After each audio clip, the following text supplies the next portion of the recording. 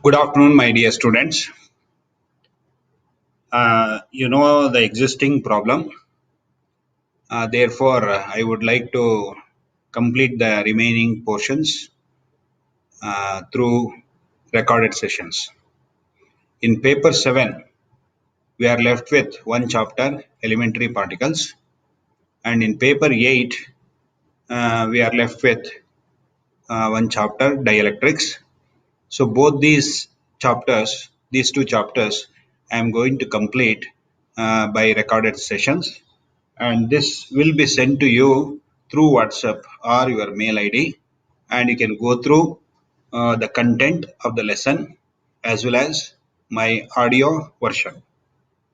Along with this, I am also sharing you the YouTube lectures given by Professor Raghavendra M from MES College.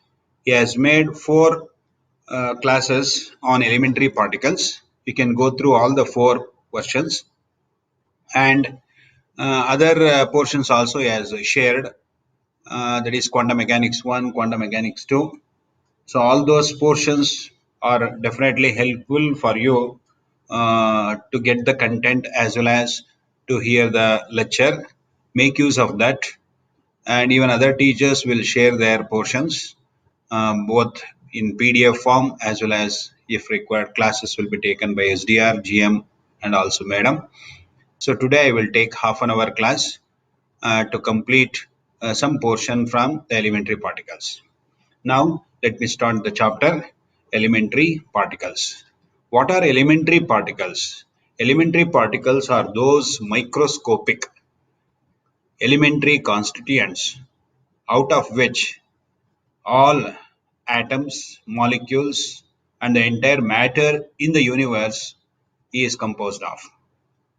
So, as our knowledge goes back, in the 19th century, we were under the impression that atoms are the smallest particles of matter. They are electrically neutral and they are indivisible.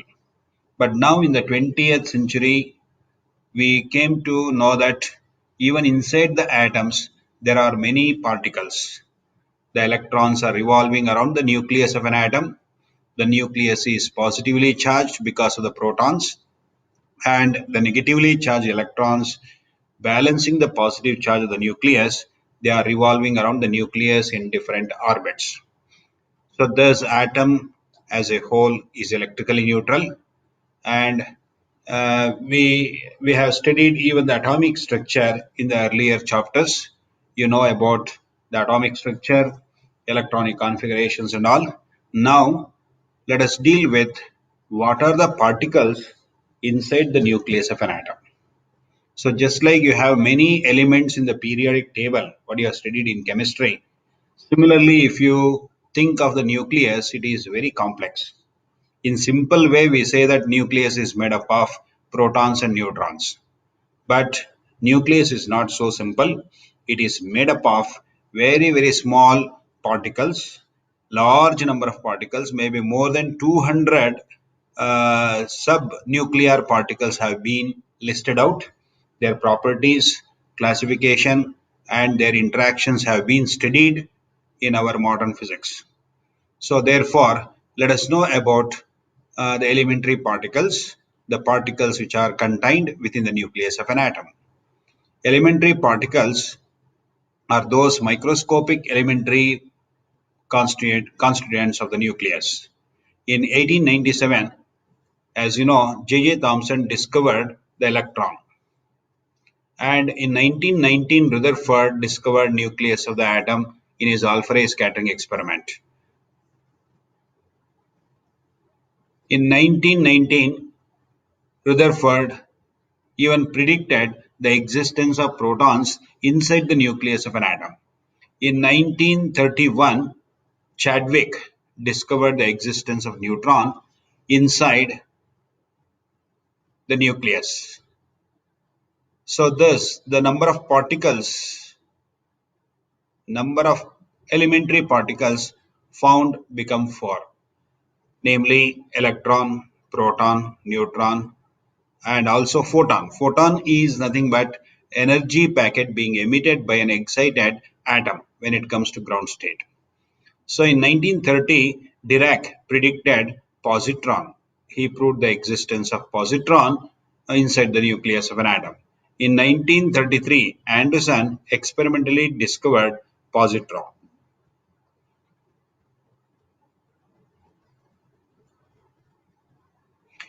A bond neutron means the neutron existing inside the nucleus, and they are highly stable, while the free electrons means electrons outside the nucleus of an atom, is very much unstable and decay into a proton and an electron, as explained by Pauli's neutrino hypothesis. You can see this reaction: neutron N01, it will convert into proton H11, so charge is 1, mass is 1, plus an electron, mass is 0, charge is -1, and half-life of this reaction is 10.8 minutes, plus 0.78 MeV of energy is produced during this conversion. This is what proton and electron forms due to the decay of a neutron inside the nucleus.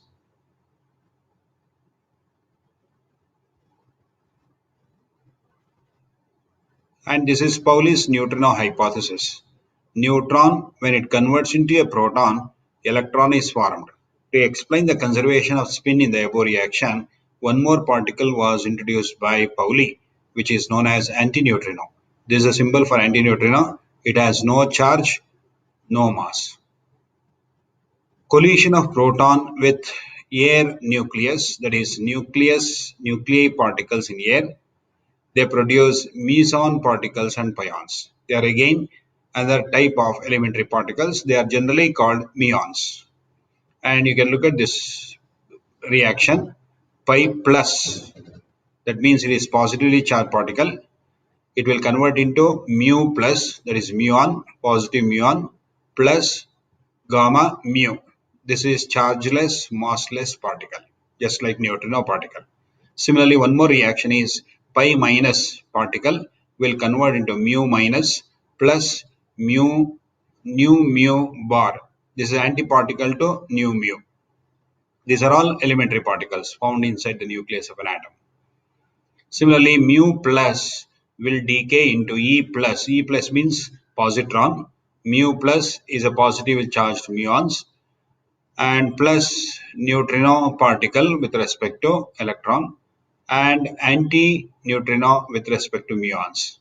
Similarly, you can think of this reaction mu minus giving rise to E minus plus nu E bar. This is anti-particle to nu E plus nu mu. It is again anti-particle to nu mu bar. And this is how the decay of mu meson particle takes place. Decay process is as follows. Mu plus will split up into E plus, nu E, nu mu bar.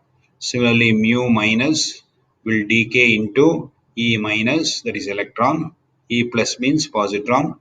Nu E minus, nu mu, and similarly mu 0. Three particles, muons are of three types: mu plus, mu minus, mu 0. Mu 0 means it is not a charged particle, it is uncharged particle, and this will split up into two gamma radiations like this, gamma 1, gamma 2, and this will split up into positron, electron. E plus means positron, E minus means electron. Similarly, even this gamma radiation will split up into E plus and E minus. This is how a number of particles will take place. All these reactions, they are taking place inside the nucleus of an atom. Similarly, decay of muons. This is muon particle. It will interact with nucleus of air particle, and it will split up into pi plus. P means proton, pi 0, it is pion without any charge. N means neutron, pi minus means negatively charged pions. And half-life of this process will be 2 into 10 power minus 8 seconds, and mass of pions will be 275 times the rest mass of an electron. Collision of proton with air nucleus results in such a reaction. In 1950, it was discovered that there are some more new elementary particles produced in cosmic ray showers, namely lambda particles and K meson particles. So all these particles are named based on their charge, mass, spin, angular momentum. They are all different for lambda particles and K meson particles, and K meson particles are also known as kaons. Mass of kaons will be 966 times the rest mass of an electron. Similarly, sigma particles are also heavier than K mesons. Now let us come to the classification of elementary particles depending on the half-life. If it is greater than or equal to 10 power minus 6 seconds, they are highly stable particles compared to others. And if the half-life is approximately 10 power minus 2 minus 22 seconds, that's very small compared to 10 power minus 16 seconds, they are resonances. They occur in resonance phenomena. So these are the types of elementary particles based on the reaction. Fermions, which obey Fermi-Dirac statistics, and the second one, bosons, which obey Bose-Einstein statistics. Fermions, they have half integral spin, while bosons have integral spin. There's a difference between fermions and bosons. Bosons obey Bose-Einstein statistics, whereas fermions obey only Fermi-Dirac statistics. So based on interactions, elementary particles are classified into 4 types, namely gravitons, photons, leptons, hadrons. What are gravitons? Gravitons are particles involved based on gravitational force acting between them. There will be gravitational field acting between the particles. Because of the gravitational force, we classify the particles into gravitons. Photons, they are classified based on electromagnetic interaction between them. Leptons means very light particles. They are involved in weak interactions inside the nucleus.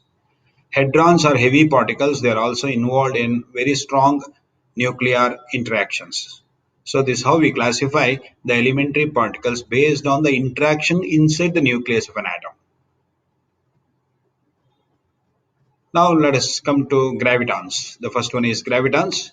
Gravitons are particles which give rise to gravitational field. They are yet to be observed. It's only a hypothesis that we have gravitons inside the nucleus. And the second one is photons. E is equal to h into nu. H is Planck's constant, nu is the frequency of the radiation emitted. So from Einstein's mass energy relation, we can write E is equal to mc square.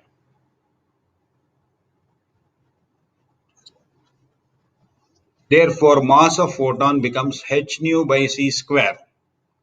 Even angular momentum of these photons will be integral multiples of h bar. H bar means h by 2 pi.